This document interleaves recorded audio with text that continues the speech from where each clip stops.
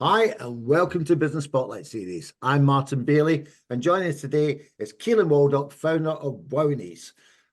Keelan, welcome, and thank you for taking the time to join me today. How are you? Yeah, not bad, thank you. Thank you for having me on. I'm looking forward to it.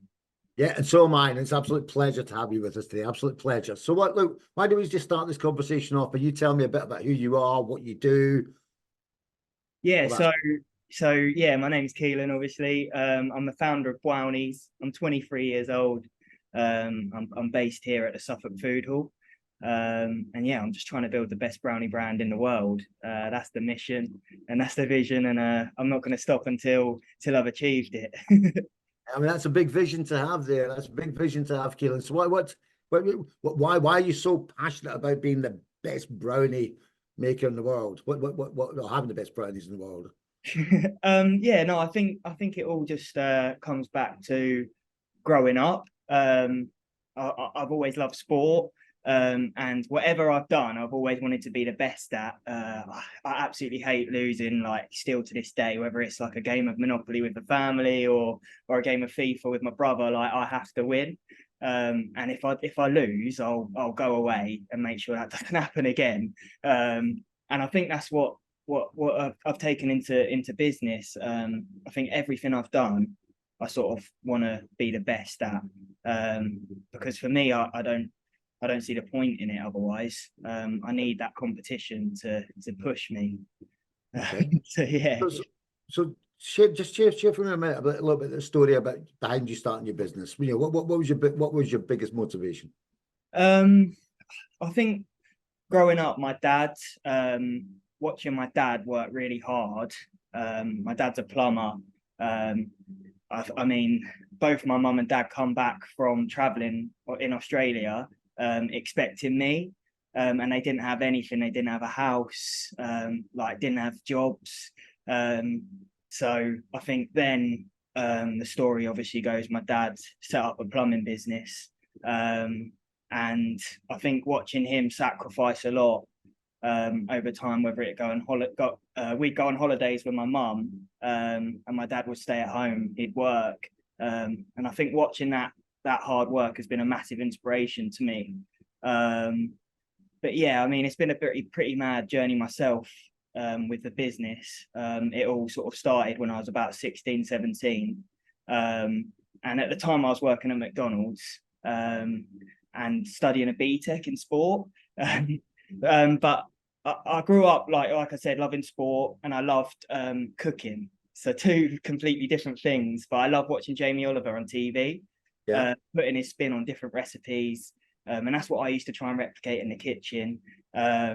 And it was brownies I was tinkering around with, and we stumbled across something that was actually better than anything we'd ever tasted before. And it was actually my nan who told me to turn it into a business. So the next day, we come up with a name, because obviously all good businesses have to have a good name. And we were writing a list. I've still got the original list in my phone. Some of them are terrible. I mean, let's just say thank God we stumbled across BWOWNIES. But yeah, we got it. I couldn't believe no one had ever taken it. Yeah. Like I just couldn't believe it. So got it domained, trademarked, set up all the Instagram. And the next day took in loads of samples to sit for. And I basically got everyone to try them. But there was a catch. So in order to try one, they'd have to share and follow my social media page. Yeah. And that really got the ball rolling for me. From there, like they started to place orders. They'd then go home, tell their parents that someone in their year had started a business. So they'd then want to support and order. Teachers began to order. And that is how I got the ball rolling with my business. So yeah, it's all Right. been a whirlwind, really. Okay. So I mean, what were some of the initial challenges you faced when you started the business then? And how did you overcome them? Um, for me, I didn't really know what I was doing. I think that was the main, like that was the biggest hurdle. I didn't know. I remember at the time, because obviously in that point in your life, you've got to make some big decisions. You know, whether you go to university or what you go on to do for the rest of your life, effectively. Yeah. And I remember sitting in, one of my classes, and my teacher saying to me, like, what's the plan? You're going to go full time with Brownies? And I didn't even realize that was like a possible option at the time. I didn't even process it. Yeah. So, but in the end, like most people who don't know what they wanted to do, I chose the 3-year buffer period of going to university. And it took the lockdown for me to realize that actually I can't see myself doing anything with a degree. I can't see myself going into sport. I'd rather keep it as a hobby instead of a profession. So, and obviously everyone was locked in their homes. Influencers were at their houses. So it just become a really good recipe for Brownies to start up again. Because obviously I actually stopped the business when I went to uni, because obviously I was in halls. And it wouldn't have, I don't think I would have passed the health and safety hygiene certificates and stuff like that. So I stopped it all, and then got sent home in a lockdown, restarted it back up, and yeah, never looked back. Ended up graduating and going full time with Brownies. Right. Okay. Okay. So I mean, when you went full time, started up and finances. How did you manage to manage your finances to get the sort of the investment you needed to get it off the ground? Yeah, so to be fair, the whole thing's been bootstrapped. So I haven't had any external investment as of yet. Yeah. So yeah, it's all just been relying on social media, and trying to be a bit creative, a bit different, and just be myself. Yeah. And I think it's quite a cool concept what we've got, because I use my sort of these unfair advantages to my strength. So for example, like some unfair advantages that I've got would be the fact that I was building a business at uni. I was, at the time I was 21, I was quite young, and I knew social media well. And Most yeah, 21-year-olds, most 21-year-olds do. yeah, exactly. And there was no one else in that industry that sort of looked like me.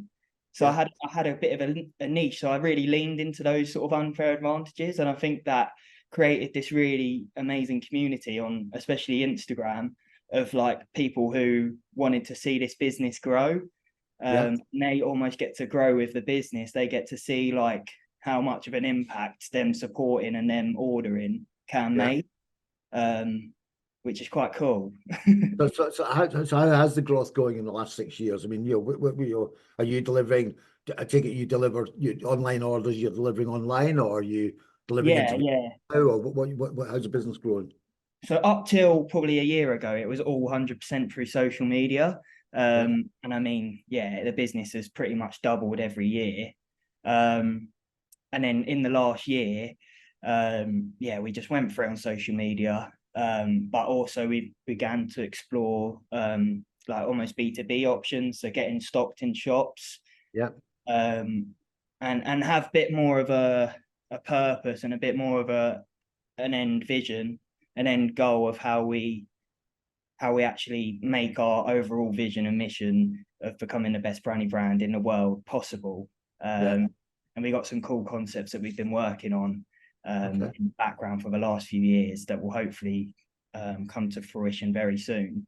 Okay. And they're the sort of products that we'd like to see in the big boys eventually. Yeah. Brilliant. But and are you now working? Have you got other people working with you? Are you still working on your own? What's your setup like? Yeah, so it's just me at the minute. I've got a friend who I met through the business, Dan, who's come on board for a couple days a month, just overseeing a lot of the business development sort of stuff, and some of the marketing stunts that we do. So yeah, it's an exciting time, but hopefully this year is when we'll start to build a team and I can start working on the business a bit more instead of working in the business. Yeah. Okay. So how many hours are you working in the business at the moment then? Just me and Dan too. I said, how many hours are you working in the Oh, business? yeah, All your time's taken up. yeah. So you probably know what it's like. It's so hard to stop yourself sometimes. Okay. So you're basically you're doing the production, you're doing the marketing, you're doing. So how do you How do you juggle all that with sort of work-life balance? How do you juggle all that with sporting hobbies and finding the time to do that? Yeah, it's really really tricky. That's probably like something I haven't mastered, and I probably won't for a while. Because it's a sacrifice that I've got to make my dreams come true effectively. Yeah, But obviously this is where coming from that sporting background does help me out a lot, because I know how important those things are to me, and how important doing those things makes me a lot more productive, and a lot more creative when I'm actually working. yeah, So I think moving to my own unit, having my very own space has been a massive advantage, and helped me create that work-life balance, because when I go home I can't work from home. I leave all my stuff here. Obviously, I mean, a lot of it's done on here now, so which is a bit frustrating, but yeah. but yeah, so that's helped a lot. And there's a gym on site which I go to quite a lot. I try and go there twice a day to clear my head and make sure I'm in the best shape possible, physically and mentally. Okay. So obviously, you're using social media a lot to talk to your customers and push your wares, push your product, push your brand. How do you stay connected with the needs and the feedback? Excuse me. Fine. How do you stay effective, connected with the needs and the feedback of your customers? So yeah, obviously for me, I've always embraced feedback, because without that, there's like, when you'd never improve, you'd never get better. Yeah, And that's helped me a lot throughout the years of growing the business. As I said, like through being really transparent and documenting my journey as transparent as possible on social media, it's really allowed my community to just feel like they can give me the feedback that they can. Like, it's such a really strong bond that we've got, that yeah, that like they're almost like the invisible employee, if that makes sense. So like they're always trying to spot different areas for me to improve, giving me different suggestions, which is a really strong tool to have on my side. yeah. Now, obviously, I mean, you're creating a brand around food, which involves consistency in terms of every brownie being the same every time, tasting the same. How do you deliver that? Yeah, that's been something that's just been drilled into me for years of doing it. I think just yeah, I just know exactly like what to do, how to do it, just from 6 years of just non-stop doing it basically. Yeah. But it's pretty mad. Okay. So I mean, so in terms of I take you're using a recipe that you follow all the time. Is it Yeah, I mean, most of it's did just a it go base. wrong? Yeah, it's a base recipe, and yeah, like there has been times it has gone wrong. The one time that springed out to me was last year for Black Friday.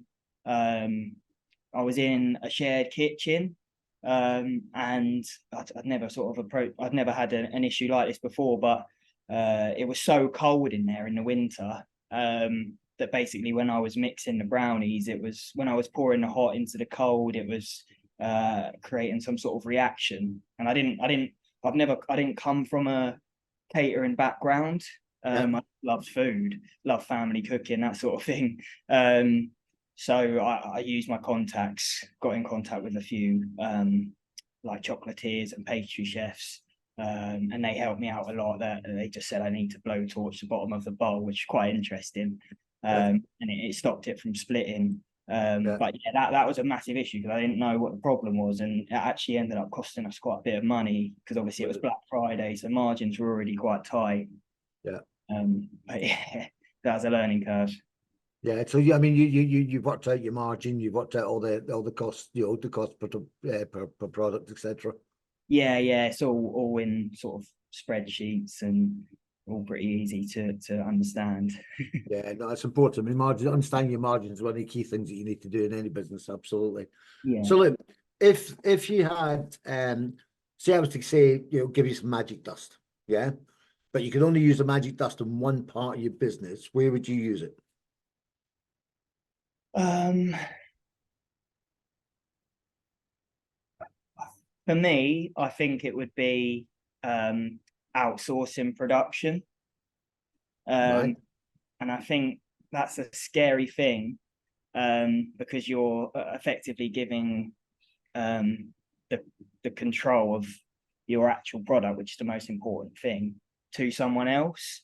Mhm. Uh, but I think if I could outsource the product, and it still tastes exactly how I want it, I think that will allow a lot of freedom. That will allow us to grow the business a lot more, because I can focus on um, marketing the brand, which is what I feel like where my strengths lie. Because obviously, like I said, I don't come from the catering background. I also don't come from a marketing background either. But I think both of those, not coming from both of those backgrounds, has been a massive strength of mine, because I've done things so differently. Mhm, mhm. But yeah, I definitely think if I could just give a magic flick and a swish or whatever, and just outsource the whole production thing, I think I would. Do you believe that I mean, do you feel you're in a position now where you've got the volume to be able to outsource your production? Not at the minute. No, No. that's something that I'm working on, and hopefully, like I touched on earlier, with some new formats and new concepts that we've been working on. Hopefully, we can build a demand, and then take that data Yeah. effectively to some big bakery manufacturers, large scale bakery manufacturers, and say, look, this is what we want to do. Can you help us? Can you help us do it? Okay. Okay. Interesting. Good. So look, um, so just to wrap this up, I suppose, where do you see the business in 3 to 5 years' time? Um, yeah, I see it on supermarket shelves, disrupting the chocolate the chocolate confectionery industry, which I don't really feel like's been touched much. Mhm. And yeah, you could say there's reasons for that. But yeah, I'm confident in my abilities. I'm confident in the brand, and I can see it. And I don't think there's any branded brownies in the supermarket, so I'd like to be the first to make it happen. And yeah, that's where I see it. So yeah, so yeah, that I mean that's really really interesting. So I mean, eh, what steps are you now taking to achieve that in the Um, next one? well, I think making sure that our concept is the concept that we want to take to this place. I'm trying not to talk about it too much, but I want to we that has to be spot on. That has to be exactly what we want. Because obviously I mean that's the most important bit. So is Um, this concept not just about brownies? It's bigger than that, is it? yeah, it is about brownies. It obviously is brownies. It's just it's obviously it's got to be some sort of format that you can take to supermarkets, because you can't obviously have a box of handmade brownies just on the shelf in Tesco's. Yeah. So yeah, it's got to be something that is packaged and can be like manufactured on a large scale. Yeah. So yeah. And where do you see your role in 3 to 5 years' time in the business? um it's something that I've not necessarily thought about too much. I mean, I love marketing, and I love having the vision and making that vision come to life. And that's what I feel like over the last few years, that's where my strength's been. So I think a head of marketing would be perfect. But yeah, I'm just taking one step at a time at the minute. And just making sure the basics are nailed, before we scale. Yeah, no, absolutely, absolutely. And right, like the right thing to do is just make sure the timing is right before you scale. Yeah, and Yeah, get your ducks in a row. So good advice there. Keelan, it's been a really interesting journey you're on, and lovely to hear. And especially I think the way you've used social media to get some sort of energy and interest around your brand to give you the in some respects the validation that people want it. Yeah. Then gives you the confidence to go after that bigger picture Yeah, is great to hear. 100%. So look, yeah, obviously I wish you every best in in your journey, and moving the production on and getting into those supermarkets. And so the final thing for me is thank you very much for taking the time out to come and talk to us today. No, of course. Thank you for having me on, and hopefully one day you'll be able to go to the shops and get some brownies yourselves. And I look forward to that day, absolutely. I can't Yeah, wait. pleasure having you on, Keelan, and thank you very much again. No, thank you, mate.